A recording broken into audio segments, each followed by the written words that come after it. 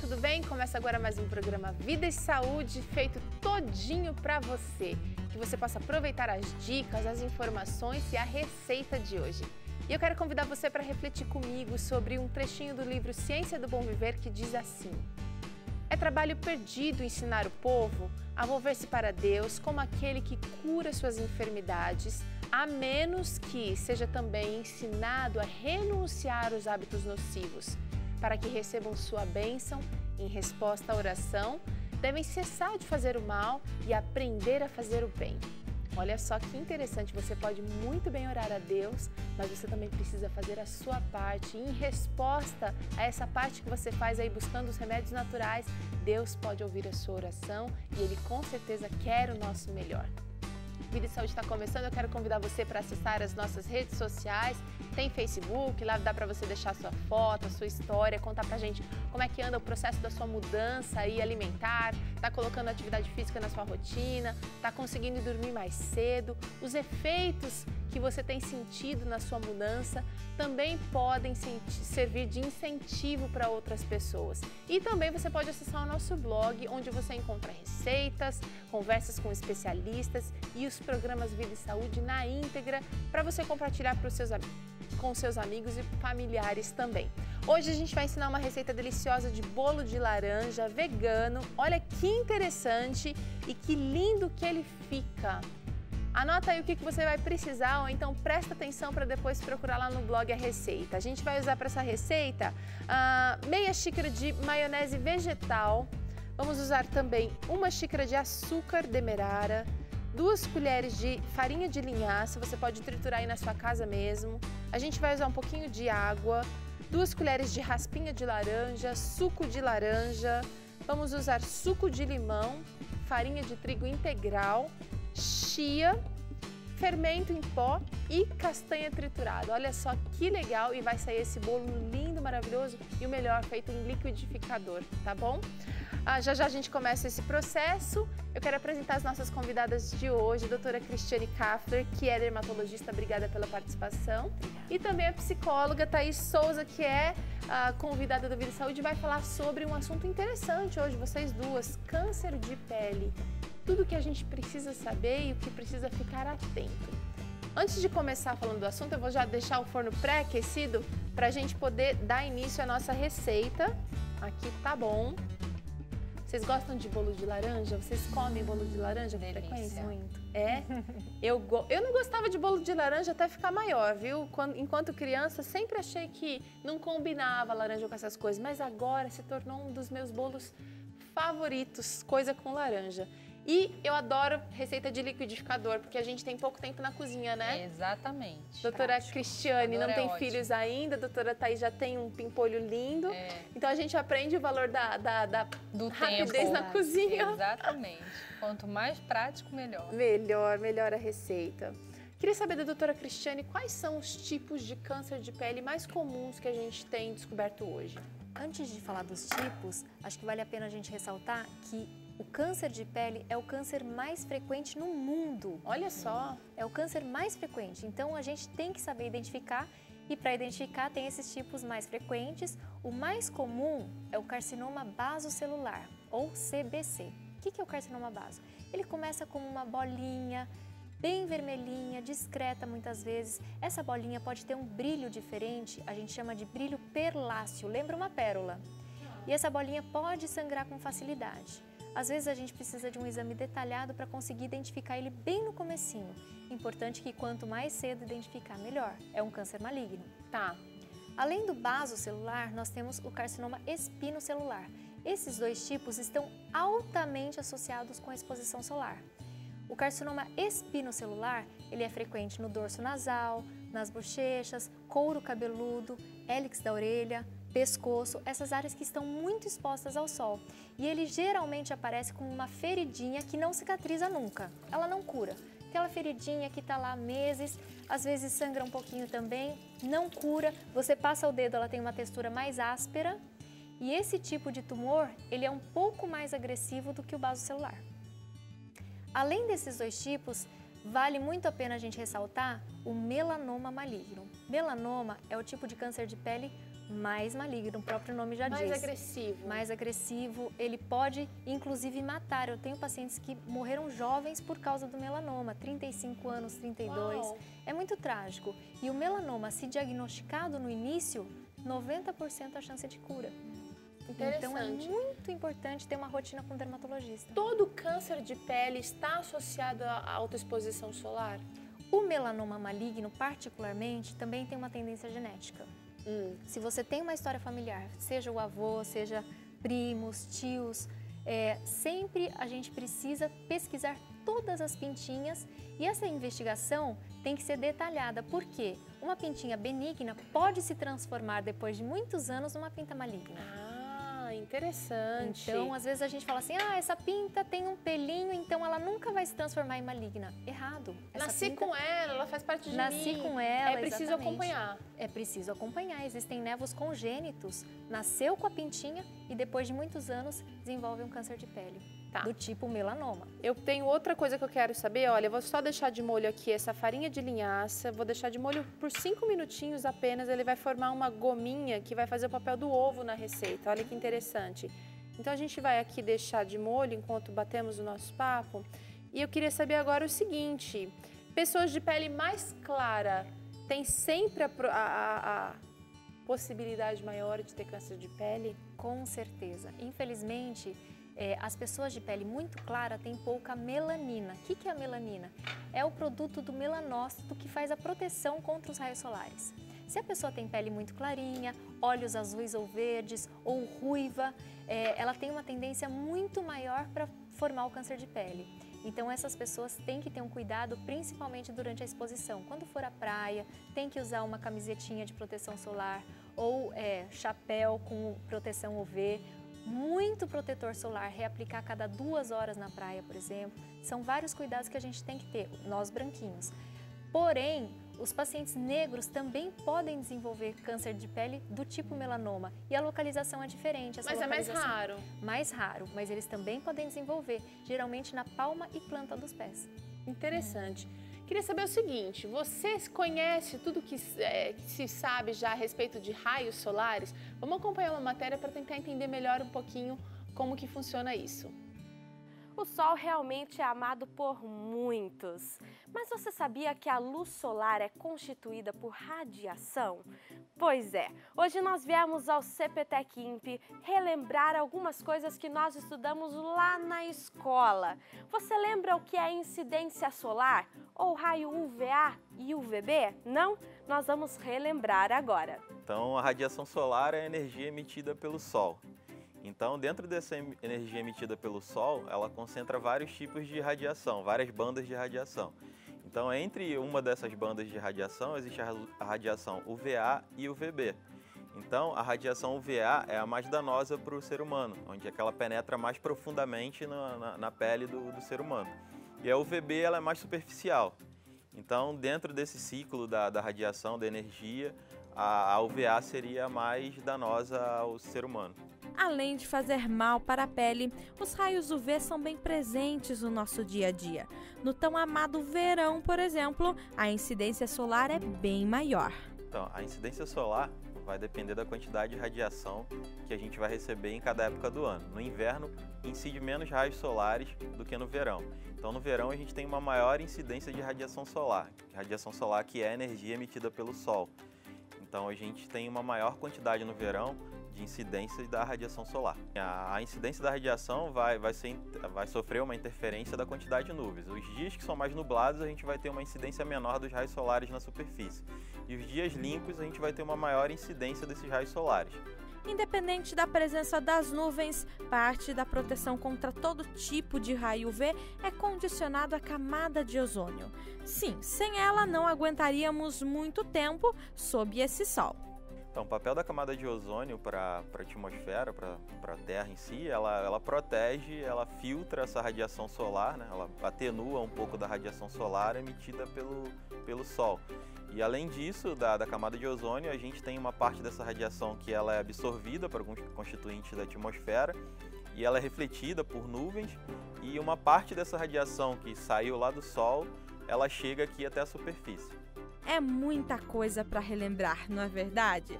Mas uma coisa nós sabemos: proteger a nossa pele é algo fundamental.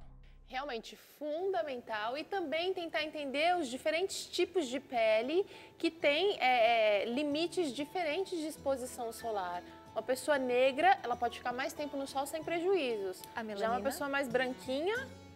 é uma proteção natural quando a gente tem a melanina para barrar os raios solares. Eles vão penetrando na célula e eles fazem modificação do DNA.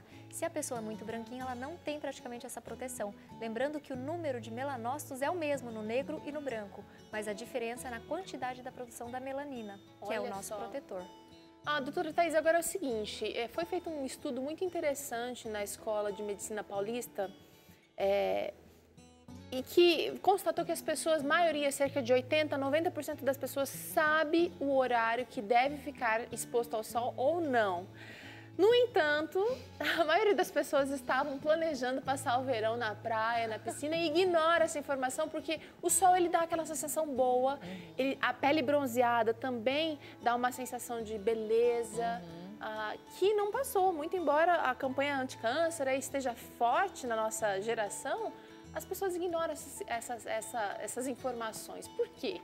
Na verdade, as nossas emoções, né? O mais gostoso é a gente viver as puras emoções, né? Aquilo então, que não é muito planejado. Aquela coisa assim, nossa, eu vou pra lá, vou me sentir bem, vou ficar na praia o dia inteiro, né, e tal. Então, é muito mais gostoso, muito mais fácil a gente ser movido pelas emoções. E também outra questão é que a gente nunca acha que vai acontecer com a gente alguma coisa, né? Esse é um fato incrível. Então, assim, não tem problema eu ficar lá na praia, mas é só durante as férias, eu não fico o dia inteiro, né? Então, são pensamentos sabotadores, na verdade, né? Pra fazer com que eu me sinta bem com a minha emoção ali. Deixa eu me sentir bem, não vem barrar minha felicidade, não. Né, com essas racionalidades aconteceu lá aí. longe, não vai acontecer comigo. Não vai acontecer comigo, né? Então, tipos de pensamentos como esse e esses comportamentos, né, de superestimar as emoções, aquilo que me deixa bem, né, podem fazer com que a gente sofra algumas consequências. Não estou dizendo que é para deixar a emoção para lá, ser super racional, né? Mas nessas situações a gente precisa dar uma equilibrada, né? Bom, se eu sei a respeito, o que eu posso fazer para me divertir talvez na praia, mas me proteger daquilo que eu já sei? E algumas pessoas também parece que têm a maior facilidade para bronzear. Se eu vou para a praia e pego o sol, eu fico vermelha. Outras pessoas ficam levemente vermelhas e amanhã já estão bronzeadas. O que diferencia uma pele da outra nessa questão? A quantidade de melanina. Essas pessoas que bronzeiam com facilidade, a gente classifica como fototipo 3, 4, 5. Então, esses fototipos mais altos têm a proteção, eles toleram muito mais o sol e eles têm muito mais tendência para ter uma proteção natural e não formar o câncer de pele. Okay. Em compensação, nós, vermelhinhos, branquinhos, a gente faz bolhas, às vezes, na pele durante uma exposição intensa. Essas bolhas podem evoluir, inclusive é o fator de risco que a gente tem de mais importante quando você previamente já teve alguma bolha ou já teve febre depois de uma exposição solar. Entendi. Agora, posso fazer uma pergunta para ela? Vamos aproveitar, doutor. vamos usar aqui nosso tempo. Que como eu estava falando dessa questão, né, de que às vezes a gente pensa que, mas é só durante as férias, o ano inteiro eu não pego sol. E aí, como é que é essa questão de, mas é só 5 dias, são só 5 diazinhos? Uma vez por ano. Para você ter uma ideia da importância dessa exposição rápida, 5 diazinhos, mas que você torra no sol, a maior localização do câncer de pele no homem é no dorso, melanoma. Não é no rosto, que é a área mais exposta no dia a dia, né? E na mulher, na coxa, ou seja, está muito relacionado a essas altíssimas exposições com uma agressão muito intensa à pele durante essa exposição. Mesmo que em períodos curtos, né? Mesmo que em períodos curtos. Vou bater aqui a nossa receita, eu coloquei só para você entender todos os ingredientes líquidos ou molhados aqui no liquidificador e coloquei aqui a castanha, a farinha e o fermento em pó. Agora eu vou bater esse para misturar com aquele e levar para assar. E preciso saber o seguinte da doutora, existe no mercado uma infinidade de cremes com fator de proteção solar. Como escolher o melhor e o mais adequado? Procure sempre o protetor solar que indica um fator de proteção pelo menos 30, o FPS indica proteção UVB.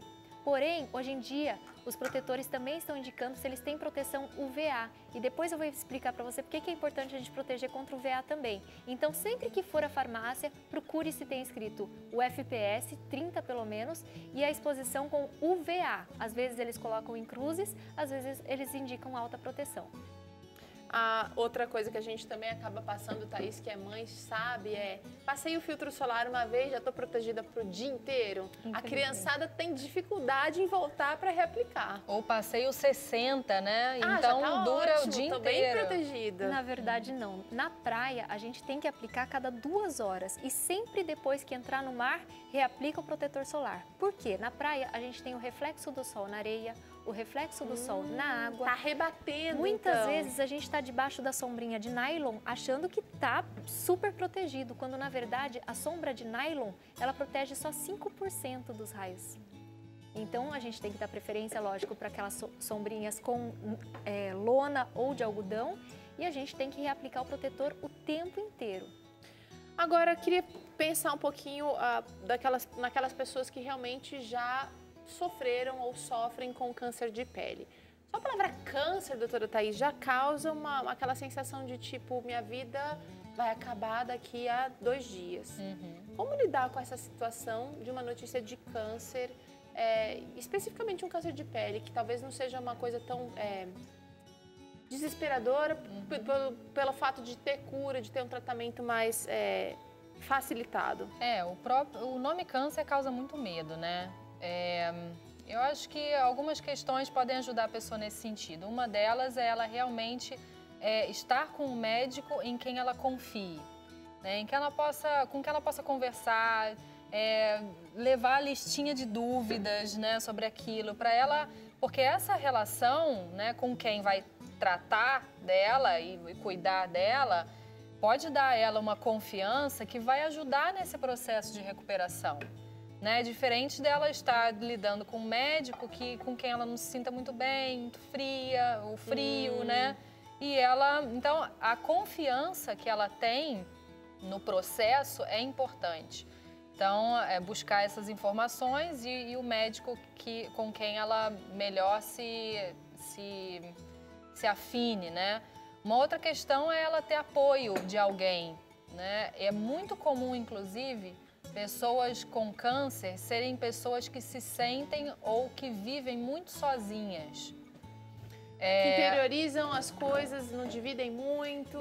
Podem estar no meio da multidão, ter uma família de 7 pessoas, mas são sozinhas, se fecham, se trancam, né? Então, não experimentam as emoções. E aí, nesse processo, ela vai precisar de alguém tete a tete, presencialmente com ela, para ela falar, para ela, ou se não quiser falar, tá ali com ela, eu vou com você na consulta, um apoio. Né? Tem um período de lamento mesmo, poxa vida, não queria estar com isso, poxa, estou triste, ou estou desesperada, ou estou nervosa, enfim, estou decepcionada com Deus, às vezes a pessoa fica, né? Então, esse período é importante que ela também viva. Porque é natural desse sentido. Mas como é possível ressurgir diante de uma notícia chata como essa? Ela vai precisar, depois desse período de lamento, que pode durar algumas semanas, alguns meses, né? E juntamente com ele, começar a desfocar o pensamento do, puxa, por que isso aconteceu comigo? Pro, o que eu posso fazer por isso? Né? E o que eu estou tendo de ajuda? O que está sendo possível para mim?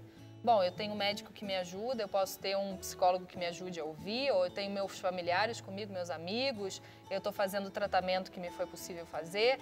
Então, esse foco dos pensamentos naquilo que está sendo possível para ela. Isso vai trazer a ela esperança, fé, e isso em conjunto com a saúde física, né, e o estilo de vida dela e o tratamento, consequentemente vai colaborar pro progresso daquele tratamento, né? E para a saúde emocional dela. Vou levar o bolo para assar por 30 minutos, já a gente vê como é que ficou ali. Bom, vocês já viram no começo do programa, vamos deixar... Ele é interessante, que ele não levou nada de gordura, só a maionese vegetal. E a gente vai provar já para ver como é que ficou. Queria saber o seguinte, doutora Cristiane, como é que a gente faz para identificar os problemas do câncer, as diversas formas do câncer, logo no início? Existe uma regrinha básica, principalmente para o tipo de câncer mais perigoso, que é o melanoma. A gente fala no ABCDE, para ficar fácil para memorizar. Eu vou pedir a sua ajuda aqui, Thaís. Você vai me ajudar para segurar. O A, a gente repara numa pintinha da pele. Essa pinta não precisa ser elevada, ela pode ser plana. Tá. O A é referente à assimetria ou simetria. Então, ali aquela pintinha escura, a gente vê que ela é simétrica. Se você cortar ela como uma pizza em 8 pedaços, esses 8 pedaços estarão muito parecidos. Já essa pinta que eu tenho aqui é a foto microscópica, aqui é a foto macroscópica e ampliada. A gente usa esse aparelhinho aqui que chama dermatoscópio. O dermatoscópio auxilia muito para ver detalhes. Muitas vezes, olho nu, a gente não consegue perceber. Nem parece a mesma pinta. Não parece a mesma pinta, exatamente. Então, quando a gente tem essa pinta bem detalhada, a gente consegue reparar nas bordinhas, nas cores, com muito mais detalhe. Então, aqui na dermatoscopia, a gente percebe que essa pinta está muito assimétrica. Corta ela como uma pizza, você vai ver que vai ter um monte de pedaços diferentes. Uma pizza rústica, Uma tá? pizza rústica, bem mal feita. O B é referente às bordas. Se nós temos bordas regulares, essa pinta muito provavelmente será benigna. Se nós temos bordas irregulares, essas bordas indicam crescimento. Então, a gente tem que prestar atenção. Uma areazinha com uma borda irregular, ó, aqui tá irregular, aqui embaixo um pouquinho mais regular, mas aqui já ficou irregular de novo. Então, essa irregularidade indica crescimento, atividade da pinta. O C é referente à cor. Antigamente, a gente falava em 3 ou mais cores. Hoje, a gente fala em 2 ou mais cores.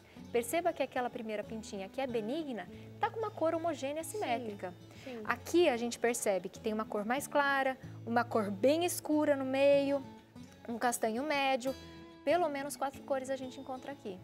E o D é referente ao diâmetro. Se a pinta é muito pequenininha, mais provável que ela seja boazinha. Se o diâmetro for maior ou igual a 6 milímetros, e veja que 6 milímetros não é um tamanho muito grande, é um tamanho pequeno, ela também já é uma pinta suspeita. Não estou falando que é um câncer de pele, mas é uma pinta suspeita. Tá. Precisa e o ser investigada. Exatamente. E o E é referente à evolução da pinta. Essa pinta cresceu muito rápido, essa pinta sangrou, tudo isso é muito importante para a gente também ter uma noção se essa pinta é muito suspeita. Se ela for suspeita, o que a gente vai fazer? Tira uma biópsia, um pedacinho da pele, e daí a gente avalia para saber se ela é realmente maligna. Salientes ou verrugas também podem indicar problema?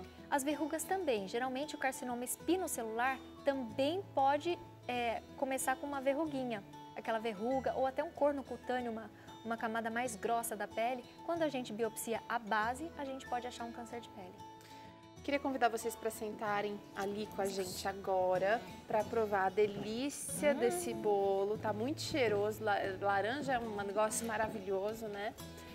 Queria saber o seguinte, toda e qualquer pintinha, tem gente que tem um pouquinho de neura até, precisa ser retirada, doutora? Não. Hoje, ainda bem que a gente tem um avanço muito grande, a gente tem condições de, no consultório mesmo, fazer um mapeamento. O que é o mapeamento? A gente fotografa pinta por pinta do corpo. Eu tenho pacientes que têm mais de 150 pintas. E a gente tem que conhecer essas pintas, porque não adianta esse paciente voltar depois de 6 meses ou 1 ano, eu não vou lembrar de como aquela pinta era. Para a gente ter certeza que essa pinta mudou, a gente tem que fotografar, identificar exatamente a região de onde a gente fez essa fotografia e guardar num arquivo para que posteriormente a gente possa fazer essa comparação. Isso diminuiu muito as cirurgias desnecessárias. Interessante. Então, precisa fazer o acompanhamento e estou entendendo aqui que é importante você fazer com o mesmo profissional. Porque um pega um caso, aí você muda de profissional, fica difícil de se trabalhar da começo, meio e fim para a tarefa. Por favor. Olha, gente, eu acho que informação nunca é demais. Agora, a informação que entra e sai não vai fazer diferença nenhuma. É preciso se inteirar, se informar e aplicar essas informações aí no seu dia a dia. E, Thaís, diante de um diagnóstico negativo como um câncer de pele, é importante cultivar um pensamento positivo, uma atitude positiva diante do problema. E não é só uma questão psicológica, né? Vamos usar essa palavra assim, de tipo, não, se você tiver fé, pensamento positivo, né, vai dar certo, uma coisa assim meio mística. Né? Tem questões da fé, da confiança, da esperança relacionados com questões físicas, biológicas, orgânicas, né? Então, e que vão beneficiar o tratamento físico mesmo, né? Então, não sei se a doutora Cristiane fala alguma coisa desse respeito, mas eu me lembro de um estudo que eu li uma vez sobre pessoas que tinham passado por cirurgias cardíacas, né, não é questão de câncer, mas enfim, questões físicas, né? E a relação, tinha um grupo desses pacientes que tinham fé, de acordo com uma série de testes que eles fizeram, enfim, né, questionários e tal. E outro grupo que não tinha muita fé de que aquele tratamento ia funcionar, ou fé em Deus, então não tinha, né? Então a recuperação do grupo que tinha era muito maior ou mais rápida do que aquele outro grupo, né? Então essa ligação, né, entre as emoções, os sentimentos que você cultiva com a resposta do teu corpo, ela existe. Ninguém pode negar. Então, faz diferença. No próprio tratamento quimioterápico, nós temos pacientes que respondem muito bem à quimioterapia e pacientes que têm muito mais efeito colateral. Esses pacientes geralmente são aqueles que não aceitam a terapia, não aceitam a doença, ficam revoltados, eles respondem de uma forma muito pior. Ainda está com o emocional não correspondendo ao tratamento, ao esforço que está sendo feito para a cura ali. Quero agradecer a participação de vocês no Vida e Saúde novamente. E você que está assistindo a gente, se gostou dessa receita, se quiser rever algum comentário aqui, é só acessar o nosso blog, novotempo.com/vida e saúde. A gente se despede, até o próximo programa e fica com Deus. Tchau!